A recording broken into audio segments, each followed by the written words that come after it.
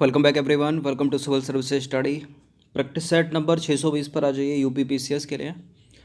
और इस टेस्ट में हम प्रैक्टिस करने वाले हैं करंट अफेयर्स के प्रश्नों पर। ठीक है, इम्पोर्टेंट है। तो चलिए स्टार्ट करते हैं। 3 से 4 सेकंड का टाइम मिलेगा एक प्रश्न को पढ़ने के बाद। अपना भी सोचना कि आंसर क्या हो सकता है।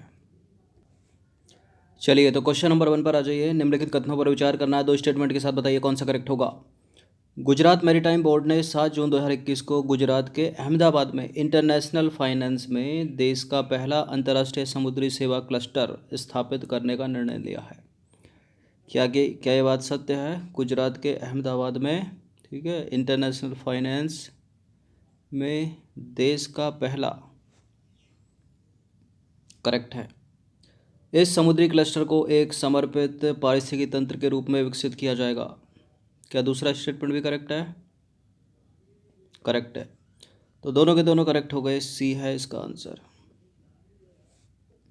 तो देखिए, गुजरात मैरीटाइम बोर्ड ने 7 जून 2021 को गुजरात के अहमदाबाद में इंटरनेशनल फाइनेंस यानी टैक सिटी में देश का पहला अंतर्राष्ट्रीय समुद्री सेवा क्लस्टर स्थापित करने का निर्णय लिया है।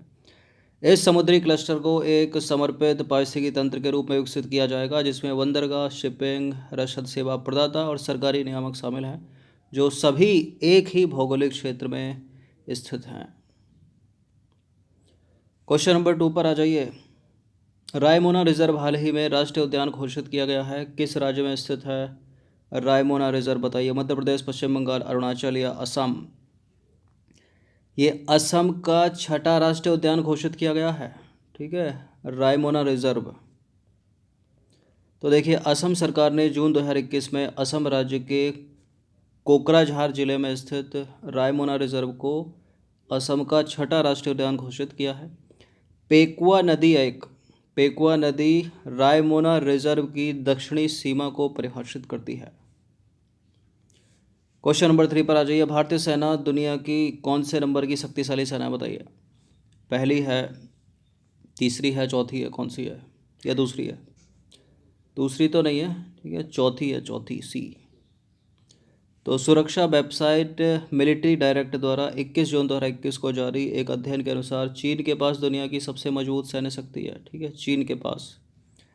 जबकि भारत इस मामले में चौथे स्थान पर है और संयुक्त राज्य अमेरिका दूसरे स्थान पर है और तीसरे स्थान पर है रूस। तो इंक्रीजिंग ऑर्डर में अगर लगाएं, ठीक है, मतलब डिक्रीजिंग में लगाएं, तो चीन आ गया नंबर 1 और दूसरे पर हो गया अमेरिका, ठीक है, और तीसरे पर है रूस और चौथे पर है अपना प्यारा भारत। क्वेश्चन नंबर 4 पर आ जाइए। देश का पहला फॉरेस्ट हीलिंग सेंटर कहाँ स्थापित किया गया है? हर वो चीज़ जो इंडिया में पहली है, चाहे पुरानी हो या नई, करंट इम्पोर्टेंट होती है एग्ज़ाम के लिए, उत्तराखंड में है ये, और उत्तराखंड के रानीखेत के निकट है। ठीक है, बी है इसका आंसर। तो 7 मार्च 2021 को लोगों को प्रकृति से सीधे संपर्क में लाकर उन्हें स्वस्थ बनाने की अवधारणा पर आधारित देश के पहले फॉरेस्ट हीलिंग सेंटर का उद्घाटन जो है उत्तराखंड के रानीखेत के निकट कालिका में किया गया है।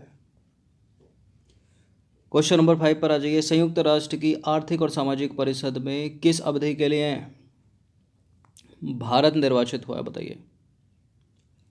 कब? 21 से 23 तक या 22 से 24 तक? 2022 से लेकर 24 तक।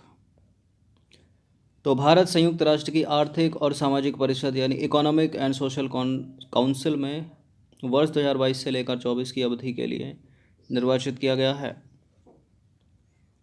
क्वेश्चन नंबर 6 पर आ जाइए। निम्नलिखित कथनों पर विचार करेंगे। 2 स्टेटमेंट के साथ बताइए कौन सा करेक्ट होगा।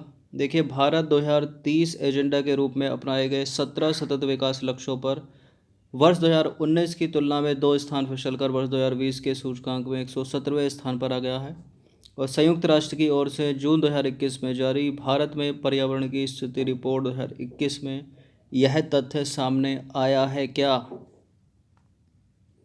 बिल्कुल, और किस में आएगा? करेक्ट है दूसरा वाला स्टेटमेंट। पहला वाला भी स्टेटमेंट सही है। 2019 में था 119, ठीक है, 2020 में 2 स्थान फिसल कर हो गया है 117। तो दोनों के दोनों करेक्ट हो गए। सी है इसका आंसर। तो संयुक्त राष्ट्र के 193 सदस्य देशों की ओर से 2015 में 2030 एजेंडे के रूप में अपनाए गए 17 विकास लक्ष्यों पर 2019 की तुलना में 2 स्थान फिसलकर भारत 2020 के सूचकांक में 117वें स्थान पर आ गया है। यह आंकड़े भारत में पर्यावरण की स्थिति रिपोर्ट 2021 में जारी किए गए हैं संयुक्त राष्ट्र की। नंबर 7 पर आ जाइए। सतत विकास लक्ष्य भारत सूचकांक में निम्नलिखित में से कौन सा राज्य शीर्ष पर है? कौन सा है सस्टेनेबल डेवलपमेंट गोल में टॉप पर? इंडिया का कौन सा स्टेट है? केरल है, केरल। तो भारत के सतत विकास लक्ष्य सूचकांक का तीसरा संस्करण जो है 3 जून 2021 को नीति आयोग द्वारा जारी किया गया। तीसरे सतत विकास लक्ष्य इंडिया इंडेक्स में केरल जो है शीर्ष स्थान पर है और बिहार की स्थिति सबसे खराब है, सबसे निम्न स्थान पर है बिहार। और इस सूचकांक में दूसरे स्थान पर कौन है? हिमाचल प्रदेश और तमिलनाडु संयुक्त रूप से, याद रखिएगा। क्वेश्चन नंबर 8 पर आ जाइए। राज्यों की श्रेणी में उत्तर प्रदेश को इंडिया स्मार्ट सिटीज़ में देश का कौन सा स्थान मिला है? कौन सा स्थान मिला है यूपी को इंडिया स्मार्ट सिटीज़ में? प्रथम, द्वितीय, तृतीय या चतुर्थ? पहला ही मिला है।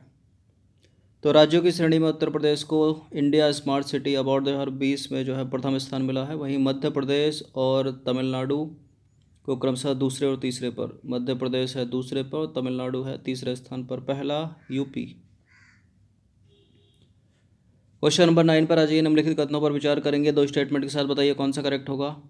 केंद्रीय आवास एवं शहरी कार्य मंत्रालय द्वारा 25 जून 2021 को India smart cities award contest 2020 के विजेता की घोषणा की गई, ठीक है। और शहरी वर्ग में इंदौर और सूरत को स्मार्ट सिटी अवार्ड 2020 का संयुक्त विजेता घोषित किया गया है क्या?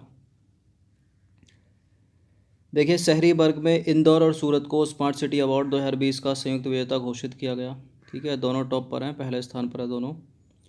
अब India smart cities award contest 2020 की घोषणा किस मंत्रालय ने? केंद्रीय आवास एवं शहरी मंत्रालय के द्वारा। ये भी ठीक है, दोनों के दोनों ठीक है, सी है इसका आंसर। चलिए क्वेश्चन नंबर 10 पर आ जाइए। इंपॉर्टेंट है प्रश्न, न केवल भारत बल्कि एशिया का है ये। एशिया के सबसे लंबे हाई स्पीड टेस्टिंग ट्रैक का निर्माण कहाँ किया गया है? सबसे लंबा हाई स्पीड टेस्टिंग ट्रैक जो भी कंपनियां बनाती हैं गाड़ियां, यहाँ दौड़ाकर करेंगी उसको टेस्ट। तो न केवल भारत का बल्कि एशिया का सबसे लंबा है ये ट्रैक, यह है मध्य प्रदेश में। तो केंद्रीय मंत्री प्रकाश जावड़ेकर ने 29 जून 2021 को इंदौर के पीथमपुर में एशिया के सबसे लंबी हाई स्पीड टेस्टिंग ट्रैक का जो है वर्चुअली उद्घाटन किया। इस हाई स्पीड ट्रैक का उपयोग जो है ऑटोमोबाइल कंपनियां ना जितनी भी, वो अपने ऑटोमोटिव और कंपोनेंट टेस्टिंग के लिए करेंगे इसका यूज़, ठीक है। चलिए क्वेश्चन नंबर 11 पर आ जाइए। निम्नलिखित कथनों पर विचार करेंगे, 2 स्टेटमेंट के साथ बताइए कौन सा करेक्ट होगा। भारत सरकार में महामारी की अन्य लहरों के कारण मांग में संभावित वृद्धि को पूरा करने के लिए मेडिकल ऑक्सीजन के उत्पादन को बढ़ाने के लिए भारत के लिए प्रोजेक्ट O2 शुरुआत की। इस पहल की शुरुआत 17 जून 2021 को की गई। करेक्ट है, दोनों के दोनों स्टेटमेंट, सी है इसका आंसर। चलिए क्वेश्चन नंबर 12 पर आ जाइए। फेसबुक द्वारा जून 2021 में भारत में किसे अपना शिकायत अधिकारी नामित किया गया? भारत के अंदर शिकायत अधिकारी कौन है? फेसबुक द्वारा किसको नामित किया गया? तनुप्रिया नहीं है, कमला मथाई नहीं है, ये है स्फूर्ति प्रिया, ऑप्शन नंबर ए। तो फेसबुक द्वारा जून 2021 में भारत में स्फूर्ति प्रिया को अपना शिकायत अधिकारी नामित किया है। क्वेश्चन नंबर 13 पर आ जाइए। बायोटेक्नोलॉजी कंपनी माई लैब ने जून 2021 में किस बॉलीवुड अभिनेता को अपना ब्रांड एम्बेसडर नियुक्त किया है? बायोटेक्नोलॉजी कंपनी है, कंपनी का नाम है माई लैब, और इसने जिस बॉलीवुड अभिनेता को अपना ब्रांड एम्बेसडर बनाया है उनका नाम है अक्षय कुमार। तो बायोटेक्नोलॉजी कंपनी माई लैब ने जून 2021 में अक्षय कुमार को अपना ब्रांड एम्बेसडर नियुक्त किया है। क्वेश्चन नंबर 14 पर आ जाइए। वह राज्य सरकार जिसने हाल ही में संस्कृत शास्त्रों और वेदों के ज्ञान को पुनर्जीवित करने के लिए वैदिक शिक्षा और संस्कार बोर्ड के गठन की घोषणा की है, कौन है वो? वो है राजस्थान, ठीक है, राजस्थान सरकार। तो हाल ही में राजस्थान ने संस्कृत शास्त्रों और वेदों के ज्ञान को पुनर्जीवित करने के लिए वैदिक शिक्षा और संस्कार बोर्ड के गठन की घोषणा की है। क्वेश्चन नंबर 15 पर आ जाइए। 15वां प्रश्न, अंतिम प्रश्न। जून 2021 में रेबीज से मुक्त होने वाला भारत का पहला राज्य कौन सा है? ये प्रश्न है इंपॉर्टेंट, जिसके पूछे जाने की संभावना बहुत ही ज़्यादा। कौन सा स्टेट है जो रेबीज जिसने इरेडिकेट कर दिया है? वो है गोवा।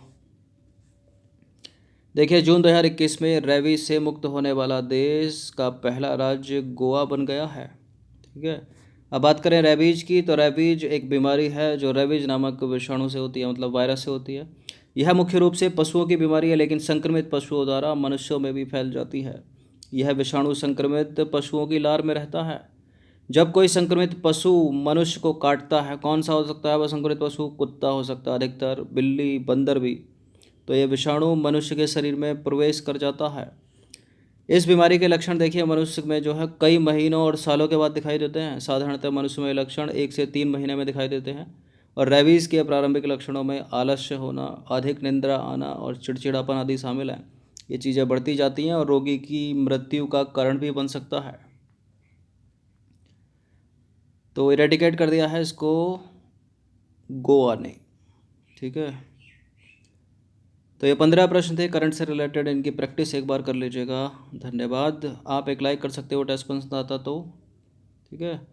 और टेस्ट सीरीज़ की प्लेलिस्ट बना रखी है, डिस्क्रिप्शन बॉक्स में लिंक है। टेलीग्राम चैनल से जुड़े रहिएगा। धन्यवाद।